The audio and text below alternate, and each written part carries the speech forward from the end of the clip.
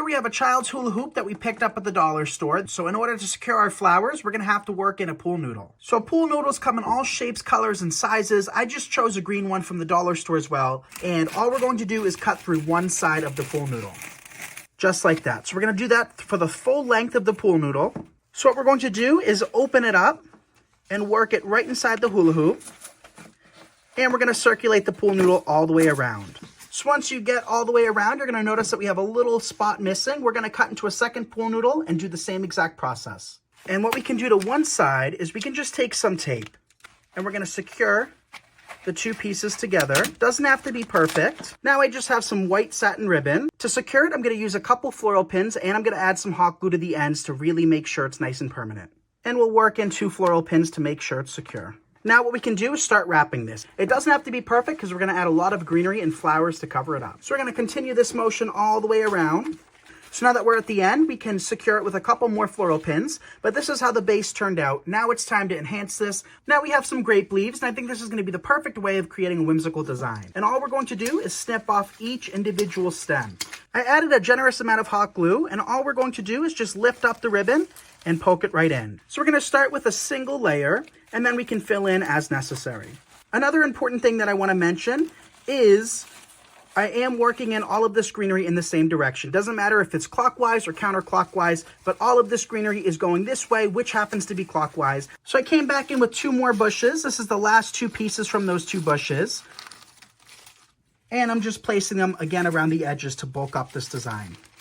Up next, we have some dogwood flowers, and you can find these from nixseasonaldecor.com as well. We're going to take them, dip them in our glue skillet, pull back the greenery that we've already worked in, and have them at the surface. Now I have this hanging foliage that you can also find from our website. So it's only wired to a certain point, and then the rest just cascades. So what we're going to do with this is we're going to separate each piece. We don't need them nearly as long, and we're going to trim them about in half. So we're going to take it, add a little bit of hot glue, and do the same thing that we've been doing, just working it underneath the ribbon. And this is going to look like this for now, but once we hang it up, you're going to see that it has a really nice cascade to it. To hang this up, I'm going to use some of our wire. We carry this in both silver and gold on our website. And I'm just going to take that wire, wrap it around the pool noodle and hula hoop. So the reason we worked in a hula hoop is simply and solely to make the pool noodle more rigid. That way it doesn't flop over time. And I'm just going to tie it right into place. We're going to want to tie it in a triangular-like fashion, so try to make an equilateral triangle where these are spaced perfectly even. And our third and final one will go right here. Cut off a length of the wire. And now what we're going to do is find all 3 wires and hold them really tight. So right here is where we're going to put a little knot. So right here is where we're going to take another length of wire and create a little knot. And now our chandelier will be nice and level. So now let's hang this up and show you how it looks in my garden. And here is how it looks, you guys, hanging from my tree. Again, all I've done is just secured those 3 wires to a main branch, and I love the way this looks, especially when it's windy out and it's just kind of rotating. Feel free to spruce it up with whatever color you have in mind. I chose white and kept it green, and I think it looks really pretty having just that natural greenery all the way around. Today, I am going to show you how to make some budget-friendly wedding decor. I start by using a gold charger plate, and I add 3 cylinder vases. I add water to the vase and then add my sparkles. I absolutely love these sparkles. Aren't they beautiful? I put a floating candle on top, and I surround the base of the cylinder candles with eucalyptus and roses.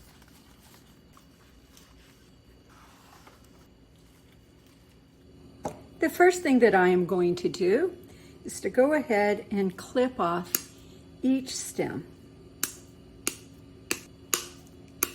Next, I am going to cut my rings. I'm making sure that I have enough of an overlap to keep it strong. Next, I am cutting small lengths of my floral wire. And I'm just going to bend my floral wire into a U.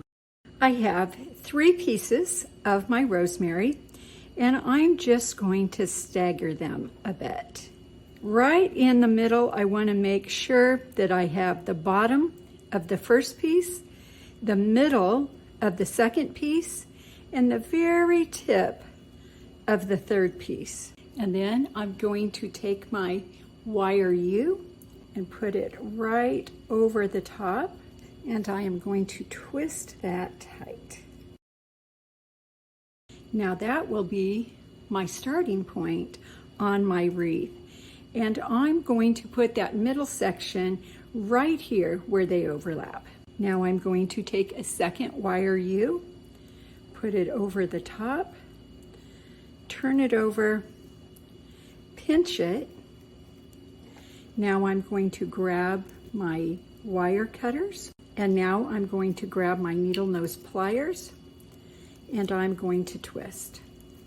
When that wire gets nice and tight, I'm going to go ahead and trim the ends. And there's my start.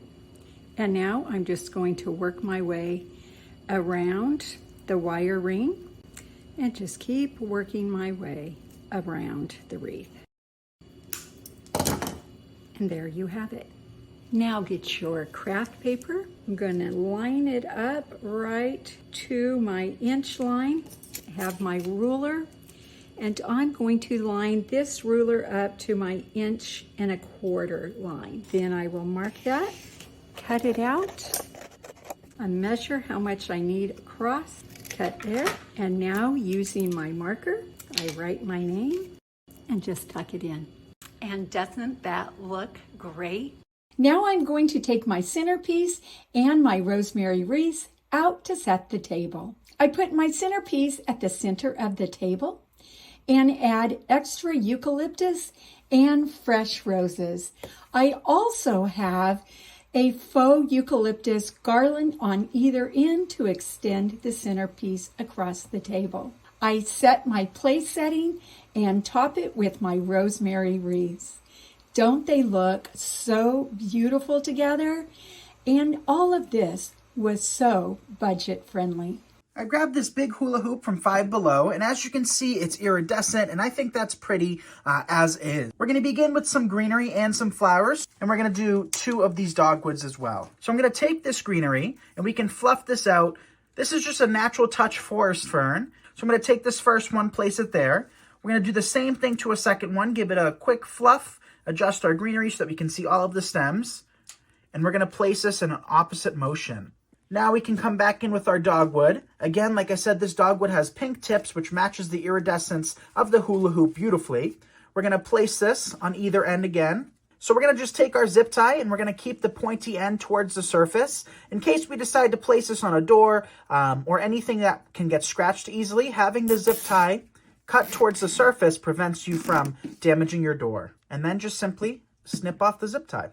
Now what we can do is we can start fluffing this out. So I wanted to make this as economical as possible, and I think this is going to look absolutely beautiful for weddings. And don't worry about the middle where you see the zip tie, because we're going to cover that up now with a beautiful bow. So this is one of our non-wired ribbons. So we're going to start with the length of tails. We're going to just snip off our ribbon, and now it's time to create the main portion of our bow. Over the last 7 years or so here on Hometalk, I've taught you how to create bows using wired ribbon. So this is non-wired ribbon. It is a little bit different to use as it doesn't hold its shape, but I actually like the relaxed look. So this bow might be easier for you to create because we're not going for perfection here. The loops will do what they want. They don't have to be perfect. As you can see, they don't really hold their shape like a wired ribbon would.